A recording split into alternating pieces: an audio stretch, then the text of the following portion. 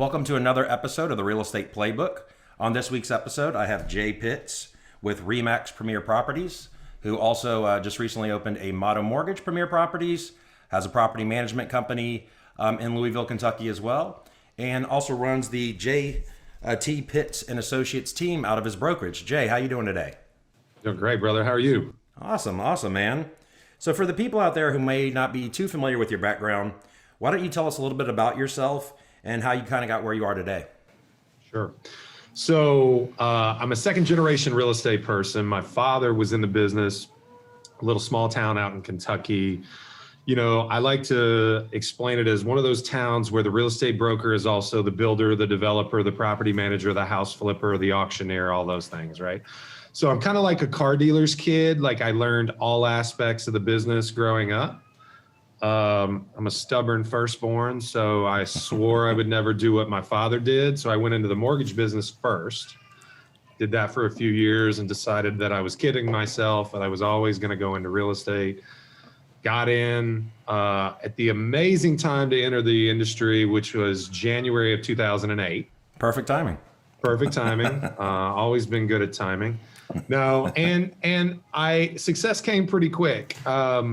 You know, of course, there were moments in that first year when the, Bear Stearns and, some of the big investment houses were closing up shop and, we thought the sky was falling, that I thought I'd made a mistake. But the truth is I sold pretty quickly, despite it being a bad market. I found a niche with investors, ended up in REO, liquidated thousands of REO properties over the next several years and started building a kind of more traditional real estate team on the back of that when the market turned for the better. Mm-hmm. Launched my brokerage in 2015, reinvented my team, and pretty much having the best year that we've ever had, like far and away, which I know many of probably the people you talk to are in that situation. But yeah, having a pretty phenomenal year now. Awesome. Congratulations. Yeah, I've seen you kind of watching afar your success, and obviously when being part of certain coaching organizations, we used to be in mastermind groups and talk a little bit more, but it's been kind of awesome watching you from the sideline and seeing all the growth and success that you have. And kind of me and Dustin were talking the other day, kind of everything that we talked about coming into fruition seems to now be kind of finally coming into fruition. Yeah. Isn't that crazy? Like, knowing what's possible and somewhat speaking it into existence, like the only variable is time, right? When you do Absolutely. the right things, when you take the right steps, when you make the right actions on a daily basis, you just kind of tend to wake up one day and you're where you thought you would be. Absolutely, man. I think that biggest thing is, a lot of people say, how do you get there? I can never do that. And they think you have to have this high IQ or insane contacts. And I think it's just kind of always being super purposeful in what you're trying to do, your vision, and then just a strong work ethic, man. I honestly am a firm believer that's pretty much all it takes. And then, a lot of luck along the way. I agree. So Jay, why don't you tell us a little bit about the current market conditions? I don't know if you're outside of Louisville. I know Louisville, Kentucky is your main hub, but how are the current market conditions in Louisville and how is it currently affecting your business? So great question. And I firmly believe that there's a lot of value, even if you're not in this market, to understand what's happening here, just the same as what's happening in your neck of the woods, the Northeast, the Midwest, West Coast. I think it's indicative of larger kind of market moving conditions, and you can kind of learn things about other markets and the way they move and apply them to where you stand to know what's either understand better what's in your recent past or what's coming in the future. Mm-hmm. What you're seeing a lot of, which you probably heard some of the media, is, Florida, obviously, Joe, you're seeing a lot of influx, right? Mm-hmm. It's politically become something that people have decided to, favor in some ways and have kind of flooded there. It's actually happening in the Midwest also. Kentucky is kind of a largely undeveloped state. We're very rural. Louisville is the largest city. MSA north of 1 million, but there's 10 of those in Florida. So what you have to understand is that economic development is happening here because we're low cost of living. We have some natural resources that tend to favor a few different industries. We've been able to be creative, our state, from a taxation perspective. We're not a no income tax state. So Florida, Tennessee, Texas, you've seen areas like that flourish being non-income tax states. We're not a non-income tax state, but our tax rates are extremely low. And I think what people have figured out is that you can come here and pay state income tax and still come out ahead. So we're seeing a lot of industry build, Louisville's especially. We saw about a 14% increase in property values over the last 12 months, which is no small feat, with COVID and the reaction to it. A lot of places have seen that. Lack of inventory, lots of cash in the market, low rates, driving prices for sure. But we tend to be a more moderate market. We see moderate price increases traditionally, moderate consequences to, during recessions, et cetera. So we're under an inventory shortage like everybody else. We actually our inventory shortage peaked about May, and then inventory rebounded. And as demand subsided, inventory rebounded, and the market got a lot more reasonable. You're not, the best listings still had multiple offers and we're still selling above list, but it wasn't every listing selling above list like it was in May. Until about 6 weeks ago. And then about 6 weeks ago, the inverse happened. Inventory started to dip again. And we're seeing the market heat up even as demand slows, which is kind of crazy. Yeah. I think ultimately, Joe, what this probably spells is we're going to have another extremely, extremely busy 2022. We're going to start the year at a very low number in terms of houses for sale, and demand will outstrip supply over the following 2 quarters, and we'll hit a peak again, probably, early Q3, and have kind of a very similar year to 2021. And do you see, like in our market, we're very unit-centric and family-oriented. So we usually see, our market cool off in August and September. Do you think that's kind of the reason? Is your market similar to that? And then October heats up again? Or what would you say is the reason you think it's heating up, after a little bit of a lull? Well, that's an interesting thing. Schools are back in session in person, public schools, all schools virtually, which is not something that was not a dynamic for Florida in 2020. It was here. Public schools were largely not in person for 2020, especially in Louisville. But in the more rural places that have slightly more conservative local governments, they were in person. All private schools were in person, all of 2020. My kids are in a small Catholic private school, and the only school they missed was about 9 weeks at the end of the school year in 2020. They finished up with non-traditional instruction at the very beginning of COVID, went on summer break, and then went back on schedule in the fall. So, but Jefferson County Public Schools, the largest public school system in the state, did 0 days of in-person instruction in 2020. Wow. And so the 2020 school year, I should say. But in the fall of 21, they all went back. And so I think that did have something to do with resuming seasonality that we were accustomed to, where you see, even in a hot market, you see a slow August, September in terms of units sold. You still have a lot of closings in August, but those are behind from the summer. Pending transactions that happen in July. And you see a slow closing month in September, and then activity picks back up again in October, and it goes about 2 months until about Thanksgiving, and then it shuts down again for the holidays. Yep. And then we see a nasty January. Like the last 5 years, it's been bananas. Yeah, everybody with their New Year's resolution, right? Ready to buy New Year's a house. resolution. I mean, we're spinning tires in snow and selling houses in the snow, which is a reality in January in Kentucky. But anyway, that's pretty much it, man. I think we've resumed some normalcy, just at a heightened pace. Awesome, man. So then, as far as I know, Jay, you've kind of gone through, your background. Sounds like you got in mortgages early on, then got into real estate there, like you said, 08. Opportune timing. And obviously you've done a ton since you kind of started off as a single agent.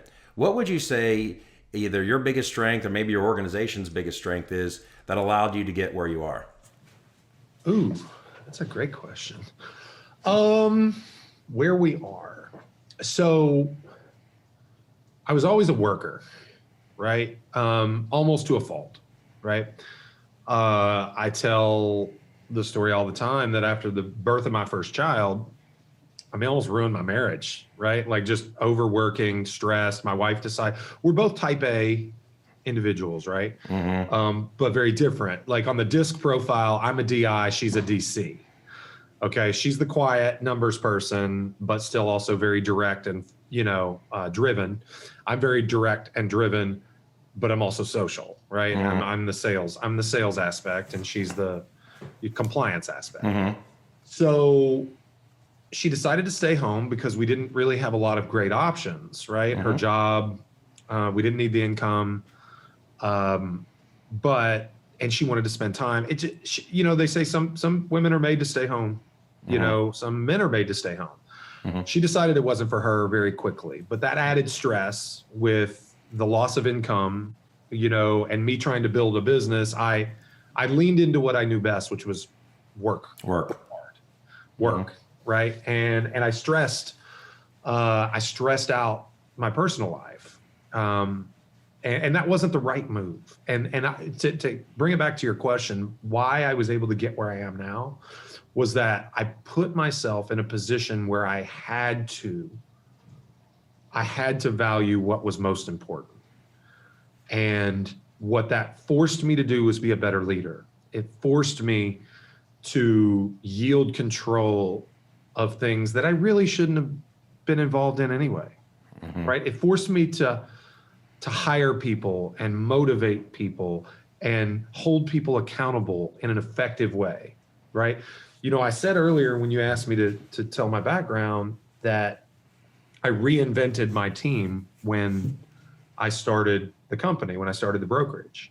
That was 2015. My team did 360 transactions in 2015 with 6 agents, really. Wow. So that was me doing 150 units and 5 other agents, doing 200, right? That's insane. So it was an insane per agent productivity, right? Well, when I started the brokerage, because I hadn't set myself up for success as a team leader ahead of time, I'd done some things right. They all wanted to go independent under the brokerage, and they did. So I started from square one. This was also 3 years into neglecting my home life.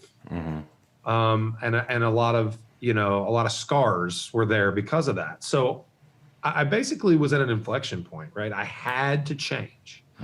And when I rebuilt my team, I did it the right way.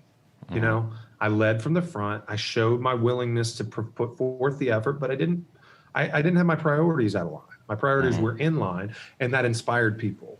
And, the more challenge we've gone through, the more we've excelled, and the more opportunities I've had to bring others into my world and leverage their strengths and their skills for success. That's truly what it is.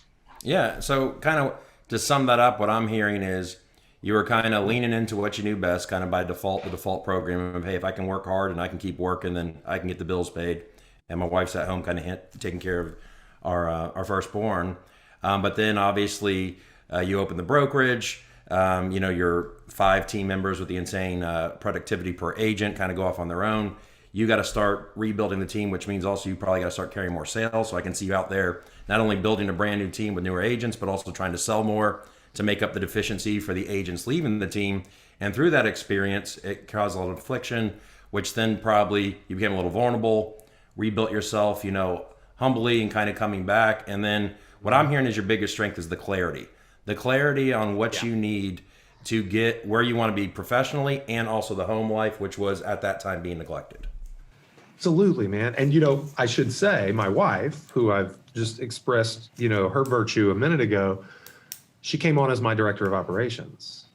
So that was the best thing that could have happened for us. I know a lot of couples don't. I know you and your wife work together. I know a lot of people avoid it like the plague, right? For me, what I needed from her, and, I was the one that was in the wrong, right? I was the one with the mixed up perspective that was causing the problems, right? I wasn't wise enough to see what the true issues were. But when I brought her in-house, right, when she became intricately involved, in fact, she runs the business now, right? I do what I do best, and she runs the business, the day-to-day. When she got involved, what came with that was, instead of us being adversarial about work, she became empathetic for what I was going through. Got it. She appreciated the fact that why I was working so hard to try and provide for the family. She understood the nature of the business that nothing is promised for tomorrow, which she didn't prior to that. She didn't have a great understanding for. And so what that did is that inspired me, right, to be better. Seeing her being willing to give me that grace, right, and excuse some of my prior failings, it inspired me to do better. It really did. And you know, they say the avoidance of pain, right, is the biggest motivating factor. Well, I didn't want to go back to that place ever. Right. So it was easy to make the right choices. So you're right, Joe. I was thrust back into production, I was forced to look at our expenses. I was forced to get real. I was forced to cut out what didn't work. I was forced to be efficient. I went into production, but I did so in an intelligent way. You know, I was fortunate enough to have located a few new agents to join the team in the very beginning, and I brought them along quickly. I went on listing appointments, secured a listing, and handed off the buy side. Okay. The first few I worked with them, but then I backed off and said, you take it from here and I'll work the list side. Then I slowly but surely worked my way out of production again, to again focus my energy and attention on what was the highest and best use. And it sounds like, you know, from what I'm hearing too, is one of the reasons, obviously, you kind of learning from your mistakes, want to be a better person. Your wife kind of coming into the organization. Now she's open-minded to your struggles. So she's a little bit more, you know, lenient on you and starting to get an understanding of that. But then also now, instead of you also having that pressure stress of doing it all, she's also, as you alluded to, probably, you know, based on her, what she likes to do and her disc profile, a better director of ops than you would have been. So now you're both kind of doing what comes naturally. Your strengths were probably when you're trying to run the ops. I know when I do things that's, you know, I feel I have to do it, but it's not necessarily in my wheelhouse. It gets a little anxious, anxiety, and I'm not doing it to the full potential because it's not a task that I'm built to handle. Well, most team leaders, okay, brokers, team leaders, small business owners, put them all in the same pot here. Most of them, okay, are the best at every task within their business, at least in the beginning, right? And it's your will that leads to that. Like, I can input a listing faster than anybody on my team, still to this moment, maybe, until I hire a TC that really rocks, and then she ends up being better, right? I can negotiate a deal better than anybody else, right? I can do the marketing better than anybody else until you reach a point where you hire your replacements in certain areas. And that's when the true freedom comes, man. When you have really good people in place doing really high level skills, and you can honestly step back and say they're better at this than me. Absolutely. And we've definitely kind of gone that same path, me and my wife. And I look at it too is they become specialists, right? Where you were doing 10 things, you're starting to parse it out. Transaction manager manages transactions only. They're the best at what they do. Listing coordinators take listings. They're the best at what they do. Marketing, same thing. ISAs, same thing. So I think it's just where they go all in on one thing to become as most efficient and the best not only version of themselves, but the best version of what your brokerage needs, because you're able to parse it out where, you know, starting off, you're kind of the jack of all trades. You know, ego usually comes into play, trying to control everything, and it gets tough trying to let that go. Sure. I firmly agree. Well, awesome. So it sounds like, you know, just getting that clarity is definitely the biggest strength. What would you say right now for current market conditions, for what you and your group are trying to do? What's the biggest bottleneck in your business? Okay, so this is pretty simple. We had a crazy growth curve from Q4 2020 until about end of Q2 2021. I think we added 21 agents on the team in that time period, right? And 18 of them were really Q4 2020. Wow. So acclimating agents, and it's the what got you here won't get you there mentality, right? That we have to get them to adopt. So, you know, we've been very fortunate to partner with some large names in the industry. One whose probably name is a little bit mud right now in the media, but Zillow Flex has been very good for us. You know, we plug agents in and we're converting at north of 10% to closing from connections. We're one of the top teams, to my knowledge, in the country at conversion on that platform. That's awesome. We've been able to add agents that have plugged in immediately and had immediate success. Okay. But what got them here to 30 units in their first, 12 months of real estate won't get them there. They need to be able to compartmentalize and continue that effort, and understanding that every one of those transactions, every one of those clients they bank as a sphere of influence member with a closed transaction becomes a two more transactions in 5 to 7 years when that buyer becomes a sell and a move up. But then they need to engage their network now to bring in sphere of influence business to balance, okay, between not only just buyers and listings, but direct response marketing leads and sphere of influence or brand engagement leads. Absolutely. Right. A healthy business has a good mix of both. 100%. So that's the biggest bottleneck. We are very transactional. So it sounds like, another strength would be obviously the onboarding. If you're a new agent wanting to get into production, then, in the Louisville area, then you're going to be a great place to look for an opportunity, because coming in, as long as they're coachable, they listen, they work, they can get to 30 units. But it sounds like it's like trying to get them to see, hey, if you want to take this to the next level, it's going to take more than what you're just doing now, and trying to not necessarily persuade them, but just to be open-minded to what it's really going to take, and then to find out, determine, do they want to put in the work to kind of get there? It's so true. The ones that recognize and hear me when I tell them that you need to focus on this, it goes one of two ways, right? They either dive headlong into sphere of influence and neglect the direct response leads, okay, and they see a dip in income in the short run, or they just say, it'll come, and they stay laser focused on the leads. They convert, and that's great. But you got the referral fees, you got the team splits, you got you got all Absolutely. that. Okay, so that's a lower net. Okay, so they end up spinning their wheels really fast, and they don't get very far when they do it. They have to balance both, right? 100%. The direct response is an investment in your future. You get some income now, which makes it palatable. But it's an investment in your future. Your sphere of influence needs to be cultivated from day one. Yeah, because I was looking at it you as have to be able to manage both. Yeah, 100%. The sphere of influence is what I see as building the business, and the leads, now they become your sphere once they close, but that's what's putting money on the table now. That's going to get you into where, when me and you started off, we didn't have leads. So you're trying to get business any way you can. So that's a great avenue for an agent who needs to make money, get into immediate production. But if they really want to be the best version of themselves, accomplish all their goals, and then also have, whether it's gain more time by closing less units or make more money by closing more, they just kind of have that open-mindedness and willingness to work that sphere and understand how to build the business. I always liken it to hunting versus farming, right? You can eat either way, okay? But farming needed to start 6 months ago, planting and cultivating that harvest that was to come at some point in the future. If you need to eat today and you didn't start 6 months ago, okay, you got to go hunt. Yeah. Okay. But hunting is tiresome, right? The chase is tiresome. That's a great analogy. It's also it's also not as efficient, right? You can represent a lot more sellers at one single moment than you can buyers. If you're representing 6 or 8 buyers that are in the market ready to buy anything at any point, it's exhausting.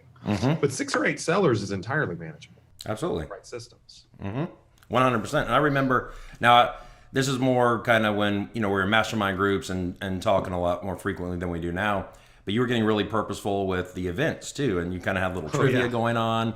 And I know with COVID, a lot of people who were doing that, a lot of them just because of the climate of kind of what's going on right now, haven't really picked up on those activities. But that's something I saw when you kind of got that mindset, and not only to coach your agents, but you became a practitioner of it yourself, where you were doing it for the brokerage because you found so much value in that. Well, so one thing I've prided myself on is self-awareness. Okay, personally, professionally, self-awareness. I know what I'm good at. Okay, and I know what, like all human beings do, I know what I avoid because I don't feel I'm very good at. And early in my career, I cut my teeth in a very tough time in the market, and I worked with a lot of REO sellers, right? And investor buyers. I mean, who's more transactional than an REO buyer or an REO seller? Right. Like, they don't care if you are breathing if they get the deal, right? As an agent. So like, I cultivated for a number of years just this very transactional mindset that didn't involve the niceties and the relationship building. Yeah, the relationship. I mean, I built relationships, but I built relationships out of performance. Like, Right. hey, I made you a lot of money on this deal. Like, you're Right. going to keep calling me because you want me to keep making you Making money. you money, right? It was very business-like, right? It was very cold and corporate. It wasn't, warm and fuzzy. And I knew I needed to change that. So the year of the client is what we called it, that you're referring to. We committed to doing a client event every month for an entire year. And, I think we ended up pulling off about 11 out of 12. Wow. By the end, it was just like, people were like, okay, Jay, we've done enough. Like, I couldn't even get people to show up because I did so many, but you know how our brains work, man. We said we're going to do something. It took everything I had to cancel that last one. But it was an amazing experience that allowed me to just really love on people in interesting ways that I feel like I had neglected for years past. Absolutely. So Jay, this is going to kind of go off topic a minute. If you weren't real estate right now, so I know obviously started mortgage and got to real estate.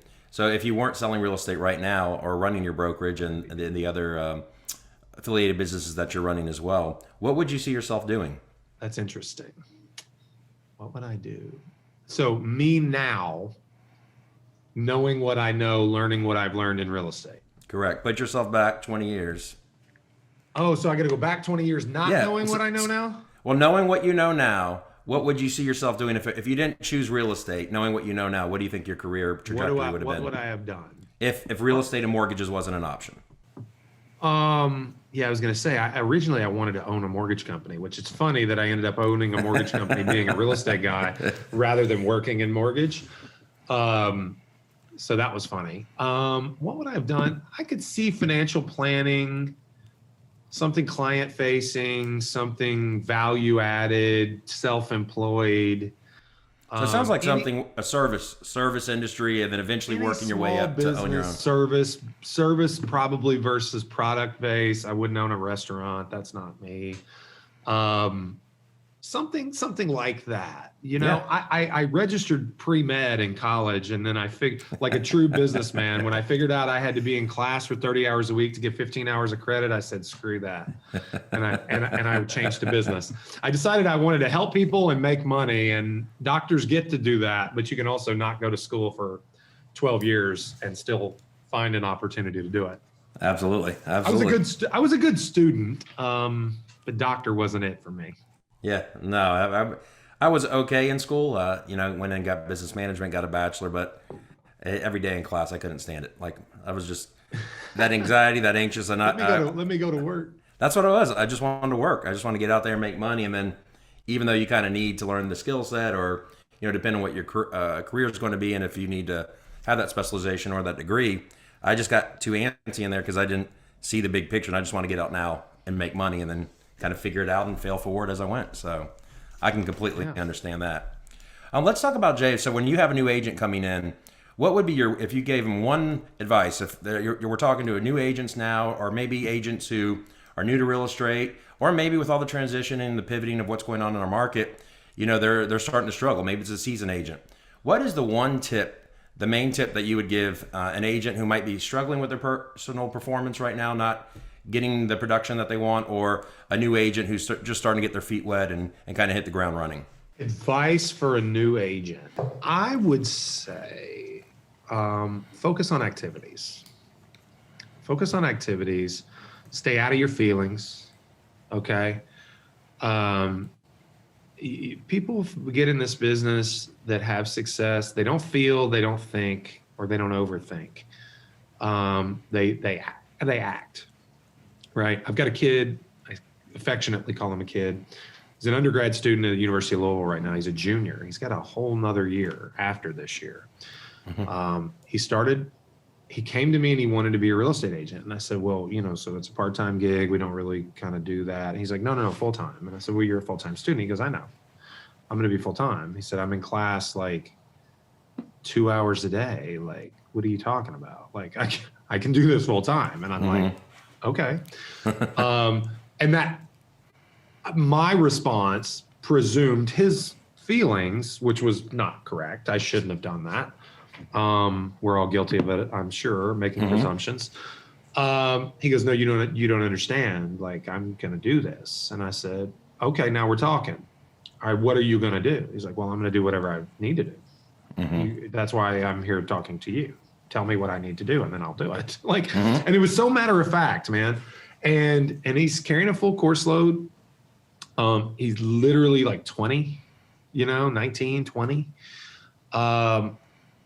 9 closed and pending in his first 3 months. Holy cow. That's insane. Yeah. You know what he does? He answers the phone. He asks people if they want to see the house they called about. He shows them the house. He's a likable kid. He smiles a lot. He's not terribly talkative. He stays out of his own way. He goes on appointments. He gets things done. When he doesn't know something, he asks specific questions, not like, hey, what do you think? Or what do you feel? Or what do you think they might have been? He asked me questions like, this house has been on the market for, twice the average days on market. The seller says there are no additional offers. Can I cut the price 10%? He asked very good, specific questions. So I am able to give him very direct answers, and he implements what I tell him. Don't think, don't feel, do. Okay. Don't wait for all the lights to be green before you hit the gas. I couldn't agree more. I always say fail forward and get into action, because a lot of time you're going to get paralysis by analysis or overthinking it. And then it sounds like he has a vision of where he wants to get and what he wants to accomplish. So his questions are now very purposeful. He's looking for specific answers because he's on a journey and he's determined to get to this, and he has extreme clarity from most, right? Who are just starting off or feel they need to get every accreditation before they can work with a client. So, we all know those agents as well. Yeah. Some of the biggest crash and burn failures I've ever seen in real estate are people that were really successful at something else. And they come in and they expect it to happen to them rather than grabbing it by the throat and making it happen. And it really, really just kind of, it's interesting. Yeah, I couldn't agree more. And it seems like when you come in too, if he hasn't had success at a high level yet. So he's more open-minded, and he haven't calloused his mind where he's not going to be, vulnerable to ask you the questions because he knows he doesn't know. And then two, he doesn't really have a lot of the bad habits. Even coming from different business or other realtors, a lot of times they can't get out of their own way. They're like, well, this worked for me in the past, or this worked for me in another venture. And regardless of how many times you tell them, well, if you can try this, it might work for you better, they're just reluctant to make that change. Where if you have somebody coming in open-minded and doesn't have any of those habits, then it makes it a lot easier for them to gain the clarity from your coaching and things of that. Totally agree. So, all right, Jay. Well, we greatly appreciate having you here on this week's podcast of the Real Estate Playbook. For all those people looking to either buy or sell real estate in our Louisville area, for all their mortgage needs, property management, and for any agents who are looking for a better opportunity where, a new agent who's wanting to get into real estate business, or maybe a struggling agent who just needs a new atmosphere and change. We're going to get all your contact information on this podcast and on Facebook and all that good stuff, Jay. But for the listeners, what's the best way for them to contact you? Oh man, pretty easy to find me. I mean, you can look me up online. Team website is pittsteam, PITTSTEAM.com. Brokerage site is Homes, plural 502. That's our area code. Homes502.com. That's the brokerage site. Any of the socials at JPitts Realtor, at JPitts Realtor on any of the socials. I also host a podcast of which Joe has actually been a guest. Probably time to reboot that. That's called Resource, Real Talk About Louisville Real Estate. You can search my name in the Apple iTunes search box or Spotify. It will come up if you search my name. But plug in. Let us know how we can help you. I'm as Joe can attest, I'm always happy to talk to another real estate professional. 100%. We share war stories. We have fun. We eat good steaks and drink good bourbon when you come to Louisville. Absolutely. So 100%. Spread the love, right? Definitely. Well, Jay, thank you so much. It's been a pleasure having you on, and look forward to reconnecting here soon. Take care. Absolutely, sir.